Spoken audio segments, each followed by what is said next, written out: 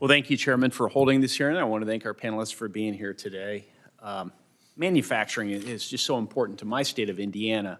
We are the most manufacturing-intensive state in the country on a per capita basis. So my constituents expect that I advocate on behalf of our manufacturing economy.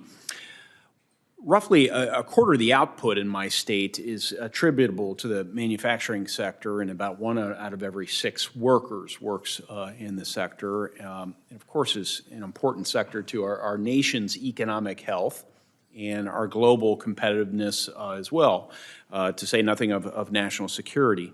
The CHIPS and Science Act is some legislation I led on in concert with Senator Schumer, and of course now law. It, as some of you know, incentivizes semiconductor companies to reshore back here to the United States of America, and in the process not only creates good paying jobs, will help ensure that we have a more secure supply chain moving forward.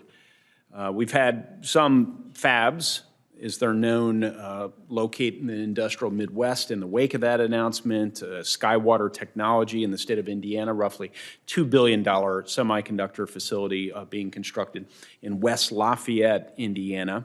And then the CHIPS and Science Act has a related provision pertaining to tech hubs.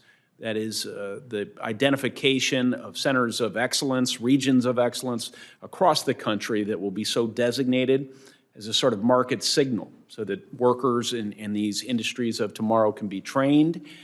Those areas can receive special dispensation through public law to incentivize the creation of more startup companies, and the market signal for venture capitalists to go into those designated areas and make investments. So I have high hopes for the CHIPS and Science Act, and I wanted to ask Ms. Hines how you believe the CHIPS and Science Act will impact our small American manufacturers, which is why we're here today to discuss them. Thank you so much, Senator, for that question. First of all, I think it can impact small manufacturers in 2 ways, one of which is really expanding the MEP program through the expansion awards and helping them increase their competitiveness in supply chain workforce and technology, specifically cybersecurity. The other one you mentioned too is the regional tech hubs. And the regional tech hubs are really important within CHIPS and Science because it kind of takes what MEP does on a state level, which is integrate local and state resources on the state level, but expands them regionally. Because we know manufacturing isn't just within a state's boundaries, especially with the supply chain, it expands all across the country, internationally too. But I think what we need to do is really harness the integration and leverage the resources, both state and locally, into a more regional model so it can help support things like the semiconductor industry. Thank you. I find that characterization of the tech hubs helpful, and I'll probably borrow that, usually without attribution, as we are apt to do around here, right?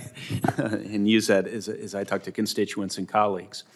I hope I pronounced your name correctly, Dr. Shivakumar.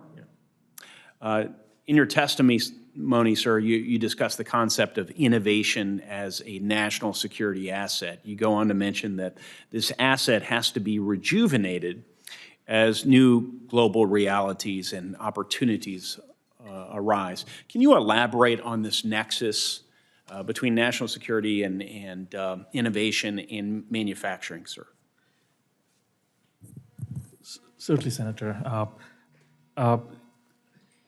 The United States has an innovation system which is made up of complex networks related to manufacturers, related to research organizations, related to educational organizations, and all of these work together to support a broader innovation system. That system has been the basis of a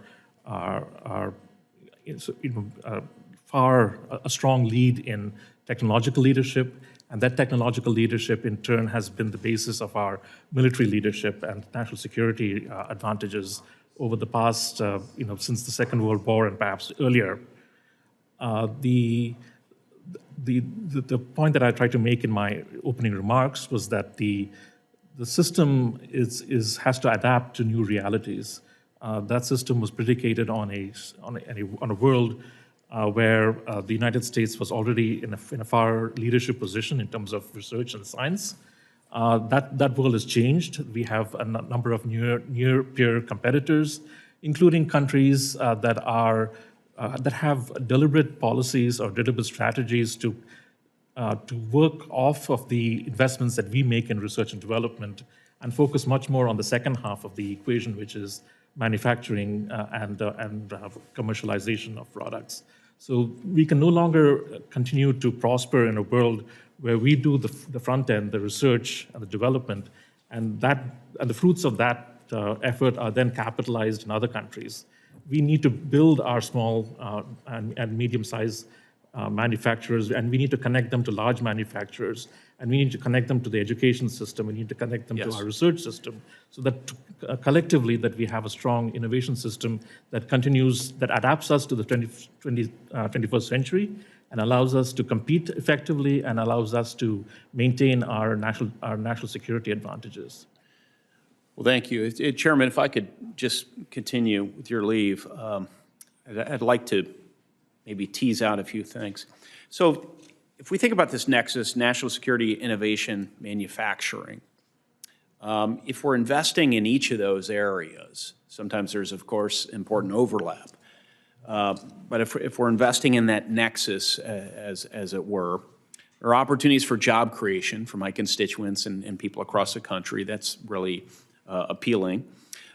Innovation will occur, not just in kind of the hard science, but also as you manufacture. It's a sort of iterative innovation, as I understand it, manufacturing innovation oftentimes.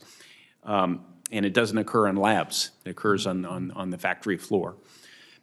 And then there's a third piece that you hit on in your testimony, and that is leadership and global standards. And you call on Congress, in fact, to secure the patent system.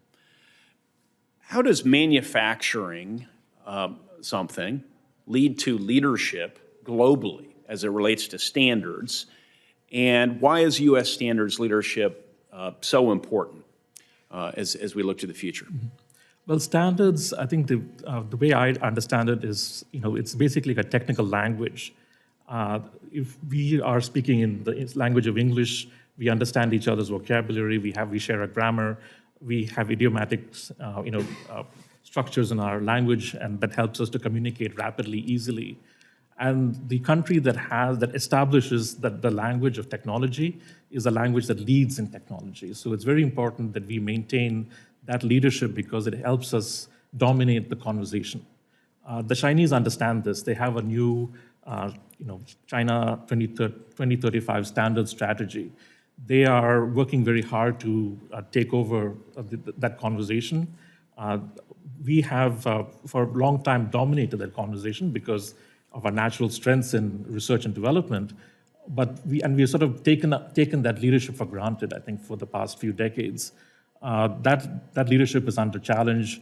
One of the areas where the Chinese are moving with some deliberation is in the international standard-setting organizations. That requires not only NIST in terms of helping small and large businesses develop standards cooperatively, but it also involves our diplomatic services, our other parts of our government to engage with these international organizations, make sure that we send talent people there, that we pay attention to what's going on. We understand their processes to make sure that standards, particularly in fast evolving technologies like information technologies, communication technologies, are the ones that we are conversant with and that we are setting the conversation on. Thank you. And as we develop these, that of course stitches our different partner countries together to the mutual benefit of all of us. Thank you so much, Doctor, and other panelists. Chairman? Thank you, Senator.